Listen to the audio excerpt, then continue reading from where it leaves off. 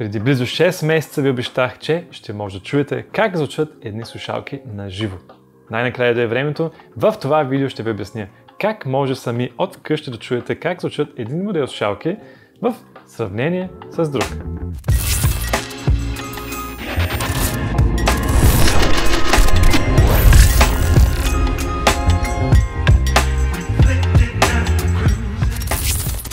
Добре, какво имам предвид като кажа да чуете как звучат едни слушалки на живо? И за тая цел трябва да ви обясня как работи това чудо. Това е Mini DSP Ears. Много просто казано, представлява два микрофона зад силиконови уши, които симулират ушния канал, доколкото е възможно, тъй като ушния канал си има специфичен резонанс и малко променя звука, който чуваме. Разбира се, ушния канал на всеки човек е уникален, различен и как чуваме и какви чести чуваме много зависи от анатомията и много други фактори, като възраст и така нататък. Но тук говорим за стандартизирана апаратура и е достатъчно за нашата цел. В CDK Offers може сега да вземете Windows 10 Pro за вашият компютър или лаптоп само за 13 евро. В описанието ще намериш линк към Windows 10 Pro. След като го добавиш към кошницата, ще видиш поле, в което да въведеш нашия промокод SET25, който ще ви донесе 25% допълнителна отстъпка от редовната му цена в сайта. След като си вземете кода, само трябва да го активирате и сте готови. Ако не знаете как, ние имаме видео в нашия канал, а за тези от вас, които имат нужда от Office пакети за училище или работа, има също Office 2021 Professional ключове. Намерете линка в описанието и използвайте промокод SET25 и вземете Office 2021 намален от 400 на близо 40 евро. Използвай сега код SET25 и вземи Windows 10 Pro и Office 2021 Pro с огромна отстъпка от нашите приятели CDK Offers. Всички линкове ще намерите долу в описанието. Това, което аз ще направя ще взема слушалки, ето да кажем тези, слагам ги на микрофоните или на Mini DSP Ears, пускам тест трак от музика, който съм подбрал и го записвам чрез слушалките в микрофона и готов имам MP3 файл, който ви дам вие да чуете. Важно е да кажа, че всеки риг, както и този, така и по-скъпите, нямат как да запишат едни слушалки true to life, т.е. напълно реалистично, едно към едно как звучат. Т.е. дори да запиша едни слушалки тук и после със същите слушалки да чуя записа, няма да ми звучи така, както ми звучи музиката, ако си ги слушам просто директно през слушалките. Надявам се, че ме разбрахте. И като добавям фактора, че вие ще ги слушате чрез вашите слушалки, изобщо, реално погледнато няма да чуете как звучат слушалките, които съм записал. Добре, и какво излиза сега? Аз като направя запис, той няма да звучи едно към едно като слушалките и после вие като го чуете през вашите слушалки, реално ще звучи още по-различно. Тогава какъв е смисъл на тая цялата работа тук? Най-накрая стигнем до целта на това видео. Аз да ви обясня как вие правилно да ползвате записите, които ще направя аз на слушалките. Първо, аз съм направил записи на така наречено Sound Demos на всички слушалки, които има в момента в нас. Тях може да ги намерите в нашия Discord сервер в канала Sound Demos. След като влезете там, може да се свалите Sound Demo на слушалките, които искате да чуете, както и на друг модел, с който искате да ги сравните. И така, като чуете записи, които са направени на една и съща музика при едни и същи условия, вие ще може да чуете каква е разликата в слушалките, като говорим. Кои имат повече ниски, повече високи, каква е разликата между саундстейджа, кои звучат по-широки, кои звучат по-тесни. Тези детайли ще може да ги сравните и чуете в записите, които правим. Пак казвам, няма как да чуете чрез някакъв запис от микрофон, минало през интернет и възпроизведено през вашите слушалки вкъщи да чуете едно към едно какво може да очаквате от едни слушалки. Но ще може, ако се чуете между два модела, които са да кажем едни са 400 лева, други са 500 лева и се чуете кои са за вас, ще можете да чуете тук средници гласове звучат много по-добре, тук има повече бас, това на мен ми харесва, не, тези имат прекалено много високи и се надяваме тази информация да ви помогне да направите правилния избор при следващата покупка на слушалки. Сега, ако се чудите как да сравните един аудиофайл с друг, може би нямате опит с аудиопрограми, няма страшно, ще ви обясня каква програма ви препоръчвам, безплатна е, open source е, много елементарна и ще ви покажа ето сега как най-добре и най-бързо и най-лесно да сравните едно Sound Demo с друго Sound Demo. Разбира се, вие ако вече си имате някаква програма за обработка на аудио или видео, то знаете как се случват нещата и може да се използвате нея, за да сравните Sound Demos. А пък за тези от вас, които не са наясно как, много лесно влизате в Google или ползвате линка, аз ще го оставя долу в описанието, за да си изтеглите Audacity. Audacity е open source програма за запис и обработка на аудио, така че е напълно безплатна, напълно сейф, много лекчика, теглите, инсталирате се и вече имате всичко нужно от към софтуер, за да сравните Sound Demos и ще ви покажа сега как точно да го направите. След като отворите Audacity, много елементарно.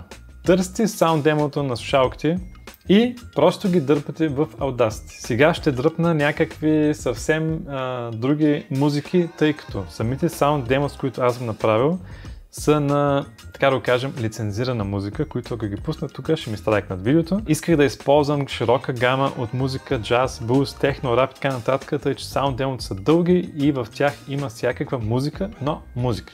Но сега ще ви покажа само един пример как да използвате програмата най-лесно с някакви си MP3-ки тук, които са без копирайт права. Приготвил съм ви един файл в оригиналния си вариант и съм го обработил да звучи малко по-зле.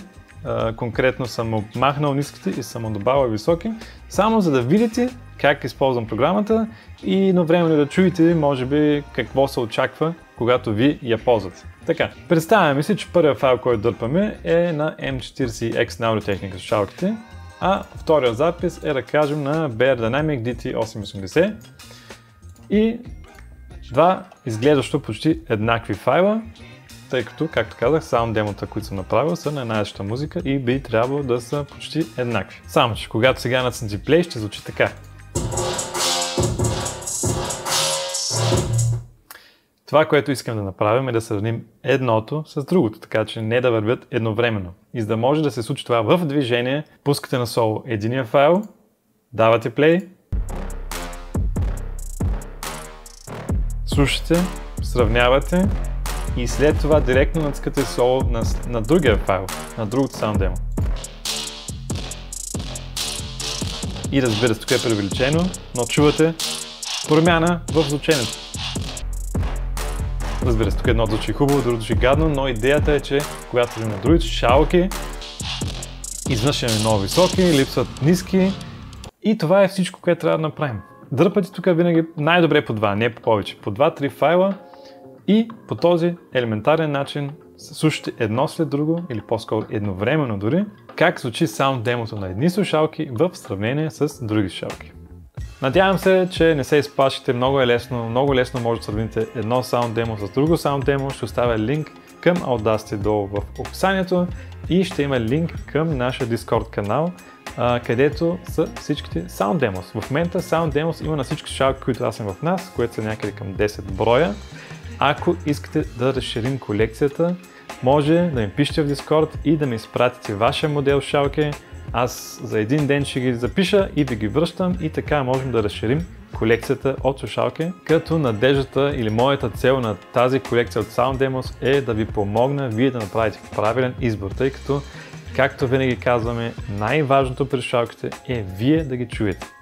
Но това просто не е възможно. И се опитвам да дам малка възможност да чуете малък детайл от една слушалка, сравнение с малък детайл от друга слушалка, и вие да може да прецените, освен с нашето мнение, освен с ревюта, освен с frequency responses, да може с тези Sound Demo да сравните кой модел слушалка е по-вероятно да ви хареса, когато си ги купите. Също е важно да кажа, отворени срещу затворени слушалки. В теста може да има сериозна разлика и ефтини затворени да звучат малко по-добре от скъпи отворени. Първо, сравнявайте по възможност затворени с затворени и отворени с отворени, тъй като акустиката е различна и при записа това се чува. Второ, опитайте се да сравнявате слушалки в подобен ценов клас. Може да сравните 500 лева с 700 лева слушалки, 150 с 200 геймърски слушалки, може да сравните 3000 с 4000. Обаче ако сравните 200 лева слушалки с 4000 лева слушалки и си кажете, то не звучи много по-добре, не е това целта. Пак казвам, записа и това, което се възпроизвежда от вас е много силно ограничено и целта на тези Sound Demos е просто да чуете разликата в frequency response най-вече, защото да го видите на една графа е едно, но да го чуете е друго.